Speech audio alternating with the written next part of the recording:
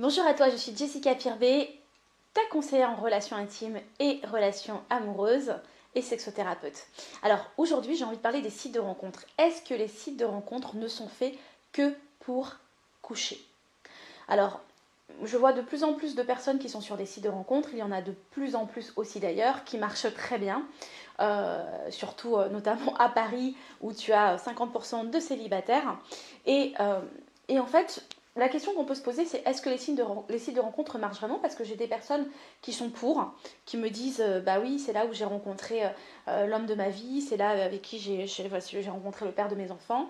Et puis j'ai des personnes qui me disent bah non, ça marche pas, il n'y a que des gens qui cherchent, il n'y a que des personnes qui sont instables ou qui ne sont pas forcément équilibrées, qui sortent d'une rupture, des hommes mariés ou aussi voilà, d'autres types d'hommes. Alors moi, ce que j'ai envie de te dire, c'est en fait de ne pas avoir d'attente, mais d'aller vraiment à la rencontre de l'autre. Et en fait, d'éviter de te mettre plein de critères qui vont faire que peut-être que tu vas passer à côté de quelqu'un, d'une personne que tu peux rencontrer et vivre une belle histoire d'amour avec cette personne-là, parce que tu t'es mis plein de critères par rapport à la compatibilité, etc. La compatibilité, ce que tu recherches, c'est important. Mais du coup, est-ce que finalement, la question que je me pose et qu'on peut se poser, c'est est-ce que finalement, à mettre des trucs, des choses compatibles, une checklist, est-ce que finalement, enfin une liste de courses quelque part, est-ce que finalement on passe pas aussi d'une rencontre?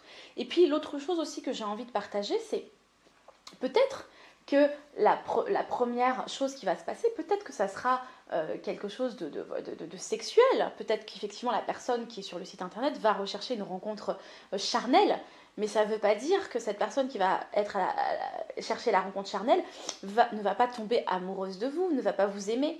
En fait, on est tous des êtres humains et la base en fait de l'être humain, c'est l'envie première, c'est d'aimer et d'être aimé. Et ça, enfin, on n'est pas différents en fait.